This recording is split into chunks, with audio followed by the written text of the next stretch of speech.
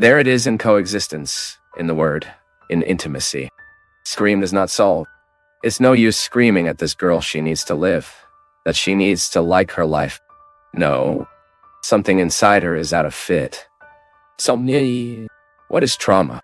Trauma is that part of the heart, the brain, the life, right? A man you want who is not fitted of affections. So when we reorganizes the person's heart, when we rearrange the way they feel the world.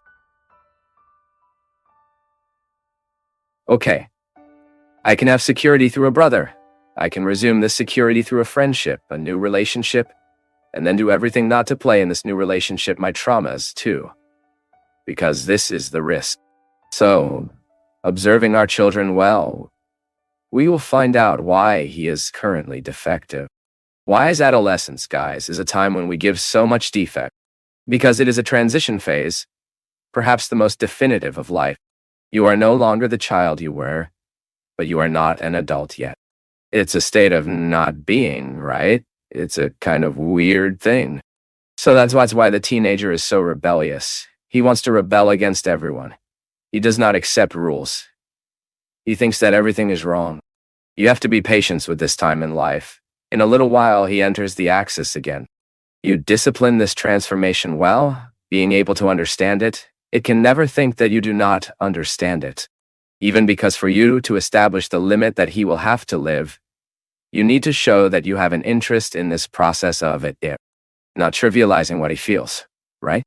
Because sometimes we trivialize what the other feels. What you are feeling is silly. No, never say that. If the other is feeling, then it is not a nonsense. We need to understand. So sometimes, Helena, what we are lacking is to look at these people who are on our side and help them remove that weight. Because it is not normal for us to want to die at 16. It is not normal for us to want to die anytime. If we are suddenly losing our taste for life, be careful. Don't let it grow inside you. Last week, I had a date that taught me a lot. Once again, what I am saying, that I like to realize in practice, what I know in theory. A friend of mine came to me and told me that I had made some choices that were not in agreement with what he is. Do you know when you find out that there is an inability between what I am and what I am doing? For example, Vanils is a pianist. Well, if you suddenly remove the piano from your life and Vanils speaks like this, you will no longer be able to play this piano. You are suffering, are you? Even music is part of your life. It's in your blood. Look. What is beautiful? It's in the blood. This is a very serious expression. If it is in the blood, it is because it is part of me.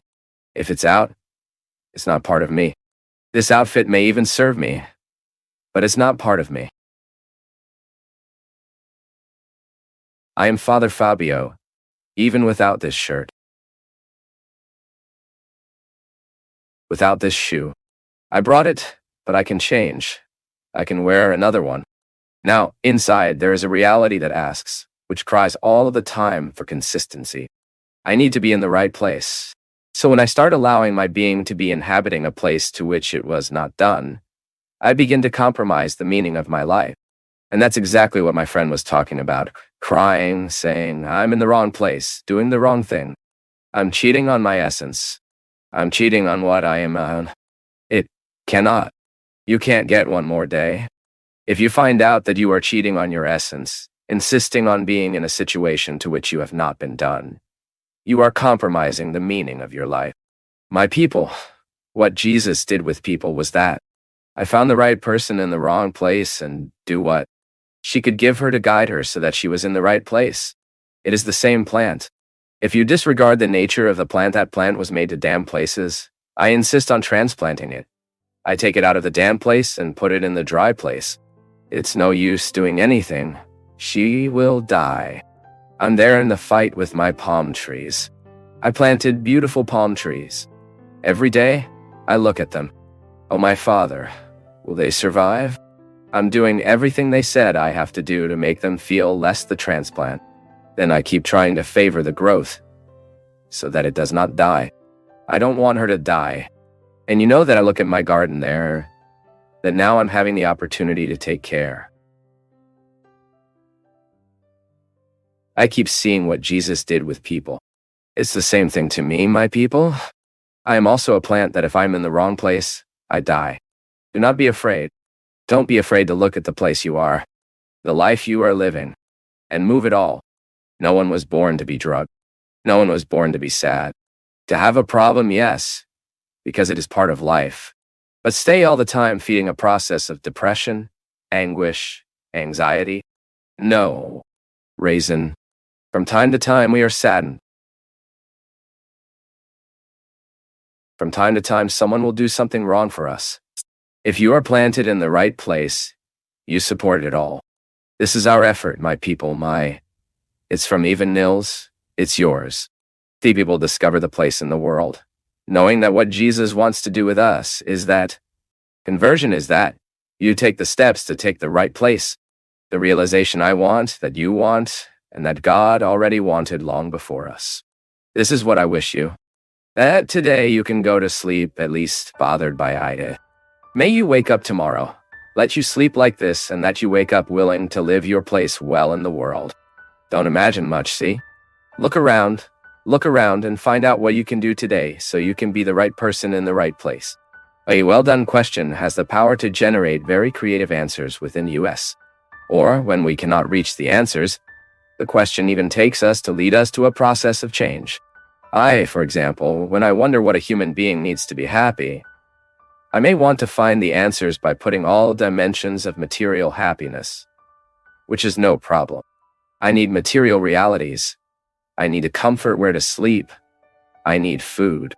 But when I enter the spiritual dimensions of happiness, there is no end. Because it is spiritually different from matter. Materially, I can be almost saturated with much. I find people who have a lot all the time, and I know how difficult it is for them to manage everything they have.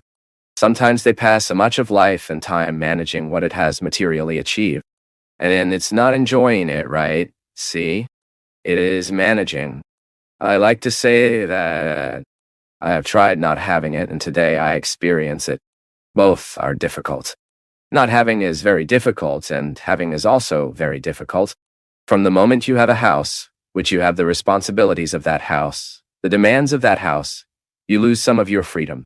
Things are creating a context for us that is imprisonment. As free as we are, we always have a right and sometimes a few moderate, others an exaggerated attachment to things. By the way, when we are going to die, when we know that we are close to dying, much weighs the knowing with whom things will be. A person who is free, for example, of material goods, when he approaches the end, he will be much more conflicted with what people will be, the son he left. Now, when there is a material attachment, the person is much more concerned with who will be things than how people will be. So, unlike material wealth, spiritual wealth, it does not occupy space. It sweeps spaces within us. The richer a person gets spiritually, the empty he feels, not in the sense that he has no meaning to life, but the more space they create inside so that they can receive more, unlike accumulators. It's so sad, isn't it? You can look and do your judgment.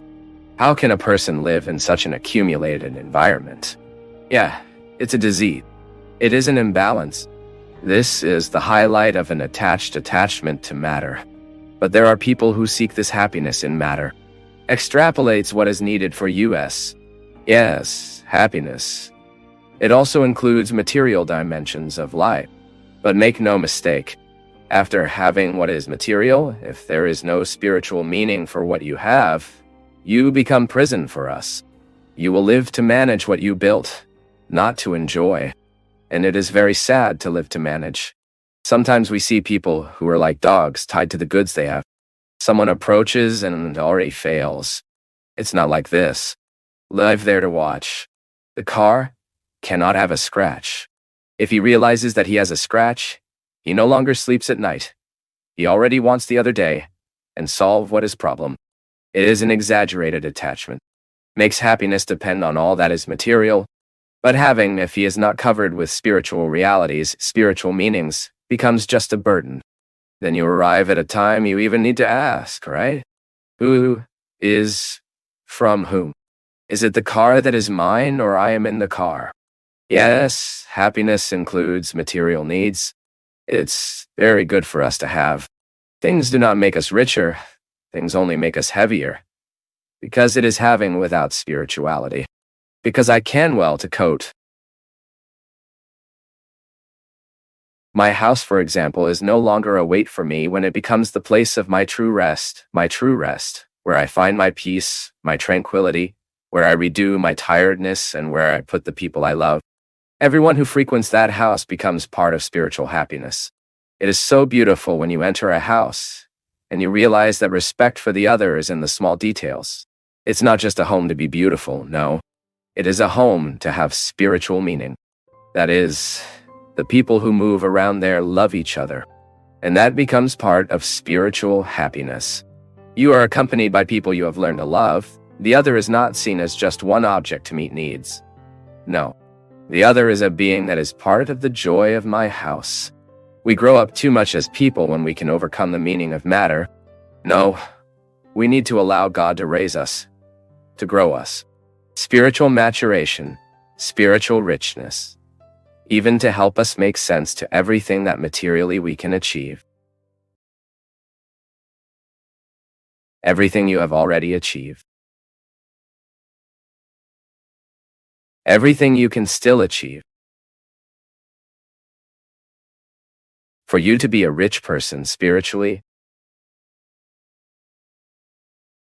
affectionately, and even that little you have already reached, it may not be much. It is so full of meanings that you feel richer.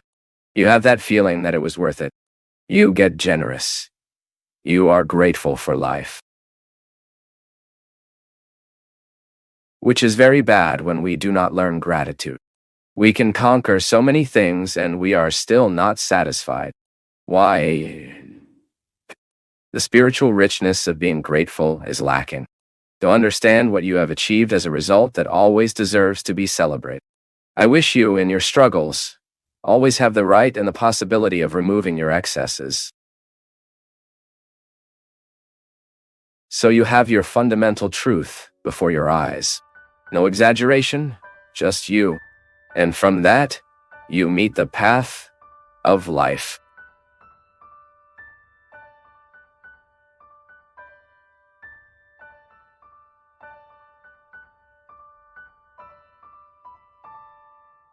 As we bid farewell on Path of Faith, we extend our heartfelt gratitude for your presence. Keep the conversation going by commenting below, liking, sharing, and subscribing to our channel for more soul-nourishing messages.